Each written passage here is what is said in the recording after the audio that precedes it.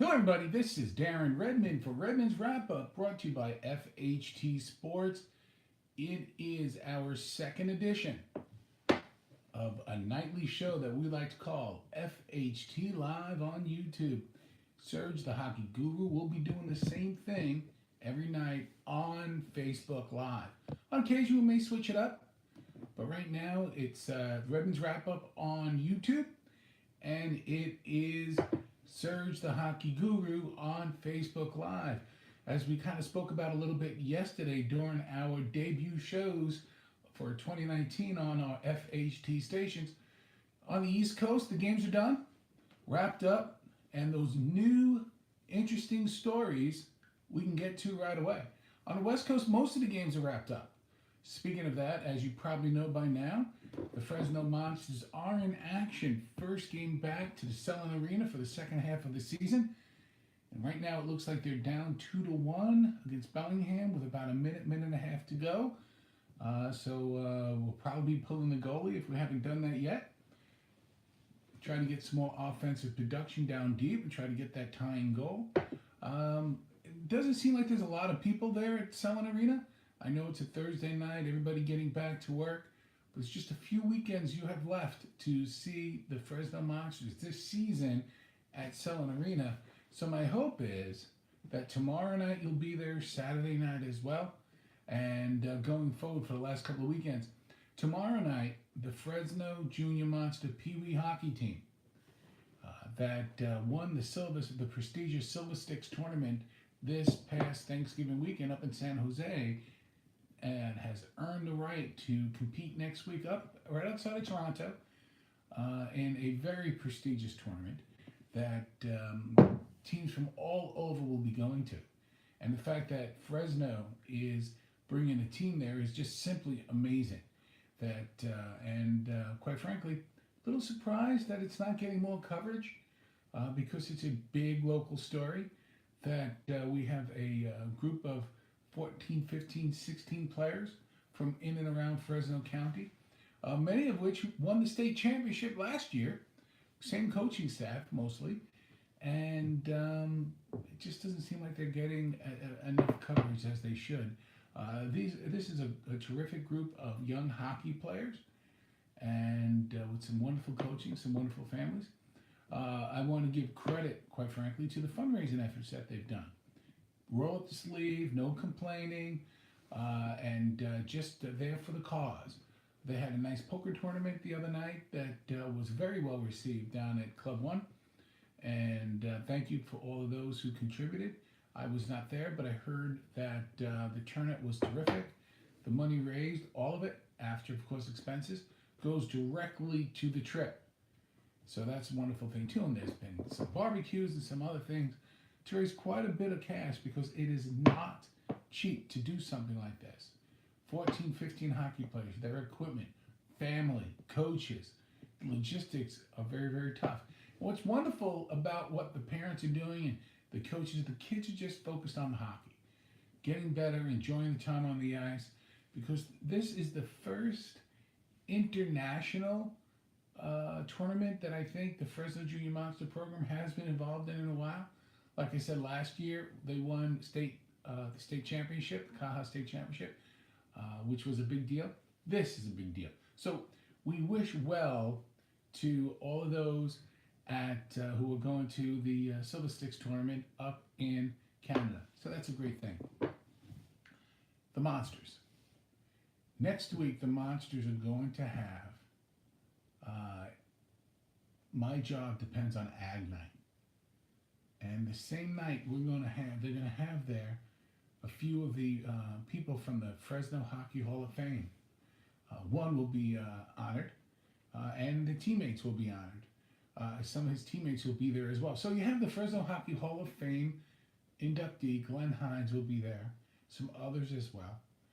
Our intention at FHT Sports is to bring to you the Fresno Hockey Hall of Fame trophy that has engraved into its side the names of the people who have been honored with the highest hockey honor here in Fresno, the Fresno Hockey Hall of Fame inductee, Hall of Fame forever and having their name inducted on that trophy. So that's some great stuff as well. I want to talk a little bit about the college bowl games that we had for the last couple of weeks, but particularly on New Year's Eve at the Holiday Bowl and New Year's Day, the Rose Bowl, and everything else. And I'm a big college football fan. Very, very, very rabid about my support for college sports. But it's a little wacky to have your Final Four playoff games a few days before these games and thinking just because it's a holiday that somehow you're going to have a lot of momentum. You lose something.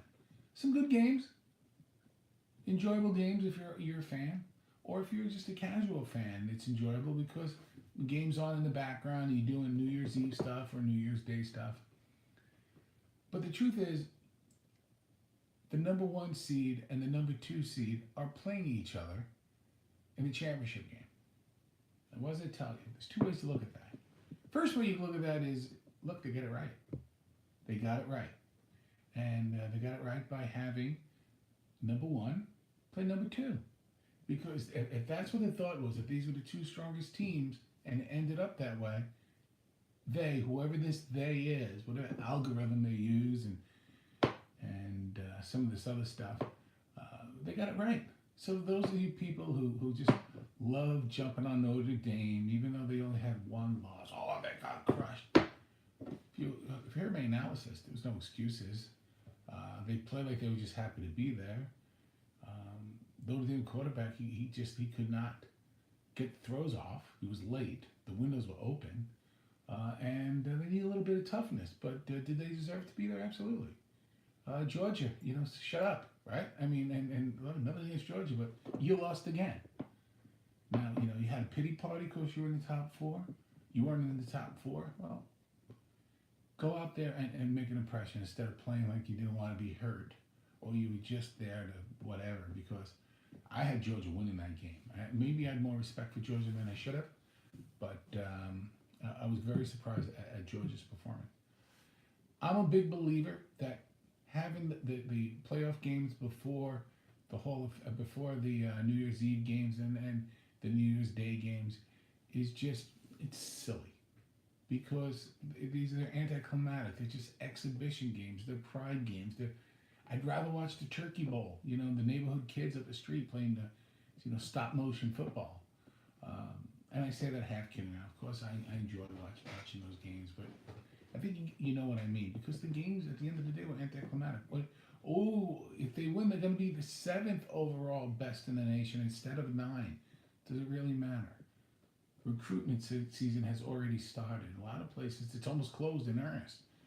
So that's what we're looking at here. So these games kind of boring, especially since the playoffs were already done. See, now, if they would have played before, and let's say Central Florida wins, I wonder how they would have done against Notre Dame.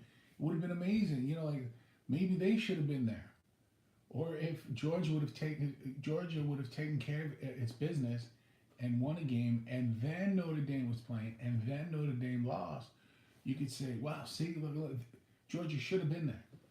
But when the Final Four is already decided and you know who's playing the following week, these are just lazy exhibition games. Fun. Watch them. I love football. You know me. I could talk college football forever. I talk pro too, and I like doing that, but there's just something special about college football. So what do we do to solve this problem? And a lot of people, I'm not the first person to bring it up, a lot of people know about this already, and it's actually pretty simple. I have not heard a cogent argument against this. And if you have, bring it on. Let's go. Write it in. Tell me why. But playoffs should go to 8 teams. Should go to 8 teams. Because, you have these teams that play the teams up the street, like the SEC and the ACC. They don't travel very far. And then you have some of these teams that are road warriors. And you have 8 is enough, right? There's a name of a show in the 70s and early 80s. But it's true. 8 playoff teams would be enough. Play over the course of 2 weeks. Do it real simple. 8 plays 1, 2 plays 7. You get the drift.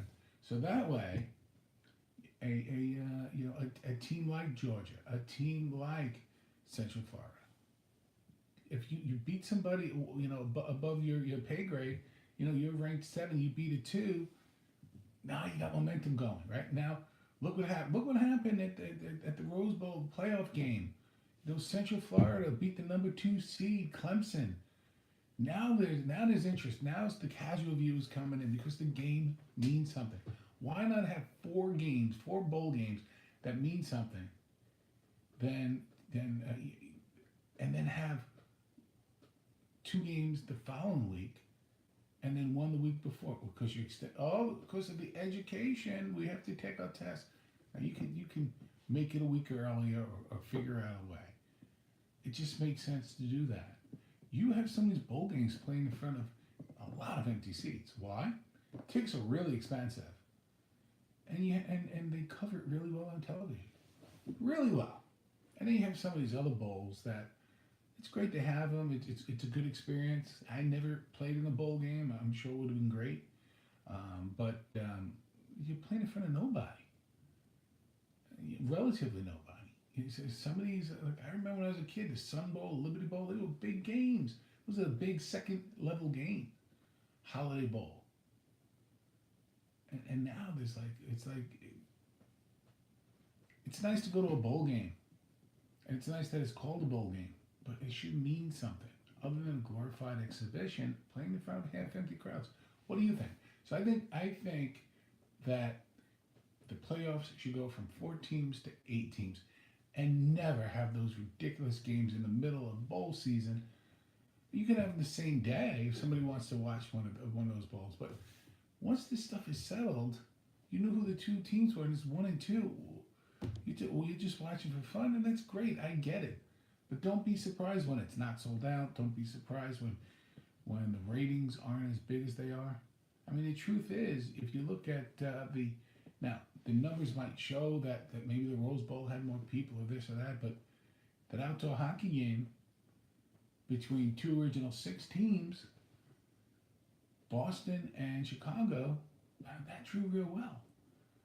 And it was nice to see at Notre Dame people actually hitting. Do I sound like a bitter Notre Dame fan? Not my point. But boy, they look like they didn't want to play in Clemson. Clemson to make them look that way. You can believe that lie if you want. I mean, Clemson, nothing against Clemson. They played a great game. They really did. But they weren't. There was very, very, very few plays that stood out. It wasn't like they were neutralized. Because if you really watch the game, wide receivers were open. Plays were just missing. Holes were there, just late to the holes. Now, don't get me wrong. Clemson has good cover speed. But I think you understand what I'm saying. So, who do we think is going to win? We'll talk about that in a couple of days. I wouldn't be surprised, obviously, if Alabama wins. They should be favored, and they are, and they should be heavily favored. But I can see Clemson. Doing it because, quite frankly, even though they have a lot of championships lately, Alabama usually has to come back late. They look a little vulnerable. Alabama is great when they got 3 or 4 weeks to prepare. They're not nearly as good when they have 1 week to prepare. So that's why they do much better in the Final Four game in terms of an overall performance. It's not because they're playing a tougher team. Even though Clemson will be a tough team. So let's transition a little bit to a second for the New York Yankees. I alluded to this yesterday. Tulowitzki, yesterday, he signed for the league minimum with the New York Yankees. Now, what a steal for the Yankees, because Tulowitzki is 75% of what he was, an absolute steal at the league minimum. Toronto got rid of him, but still has to, I think it's $20 million, pay that salary. So now you have a Tulowitzki that is looking to, get a heal from his injuries, and he's looking to prove some things, and he's looking to prove it against his old team, and he's in the East. So instead of him getting better against the Yankees, he's getting better with the Yankees. I think Tulowitzki will rise to the occasion, and he's always been pretty darn good in the field and an excellent power hitter. And if he pulls the ball like I think he can at Yankee Stadium, that place is a bandbox. If the front door was home plate, you break the back door window, which is the left field line. That right field line is really small, but yeah, I can see him poking a lot of home runs there. So I think Tulowitzki on the Yankees is an excellent, excellent thing. And so for the Yankees, I think it's just a great pickup. Why wouldn't you want to get a shortstop of his caliber pre-injury for the league minimum? I think that is just outstanding. So that's a great point. Let's talk about free agency in baseball and what's going on with that. You hear a lot of grumbling about collusion, and there might be a little bit of that, but nothing that, in my opinion, that I can see, that a gavel can come down unless you have, an arbitrator or a judge that is sympathetic to whatever cause is put in front of them. Because right now, if people are going to live and die off of sabermetrics, now granted, you still get a lot of money. But I will never question how much a man asks for, or a woman asks for, an athlete asks for. None of my business. League minimums are still very high. My job here on this vlog is to tell you my impressions and why. Sabermetrics, I've been talking about it. I mean, sabermetrics is something that should be used.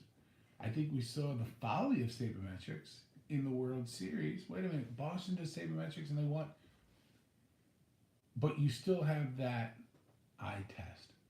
Who comes up big in the playoffs? Now, during the course of a long season, here's what happens. When you become a zone hitter in the hitting zone, and you can't bunt a person over, when you are literally given a base hit, they say you're giving away the line, you're giving away a base hit, and you can't hit the ball the other way, no matter how much you try. They're giving you that. And they talk about wins against replacement, and they should come up with these statistics. Because, see, a lot of times I think people use statistics because they want to sound knowledgeable. Then there are some people who fight off statistics because they're just set in their ways. As usual, the answer is something in the middle. So when you have a very, very productive player, and you look at some of these crazy sabermetrics, well, the truth is that Bobby was 4.6 when we can get somebody at 4.2 for $500,000. Well, what's the variable? What meaning when it's crunch time, excuse me, when it is playoff time, when they're up against a person's closer, what are their stats? And speaking of closers, and closers are starters, the money for pitchers are going to go way down. The real big test is going to be Jacob deGrom next year. Here's a guy that had an unbelievable ERA, under 1.7, I believe. Won the Cy Young, wins and losses. He had a winning record. It wasn't a great record. But nowadays, the way that people use pitchers, the wins and losses are not counted as much.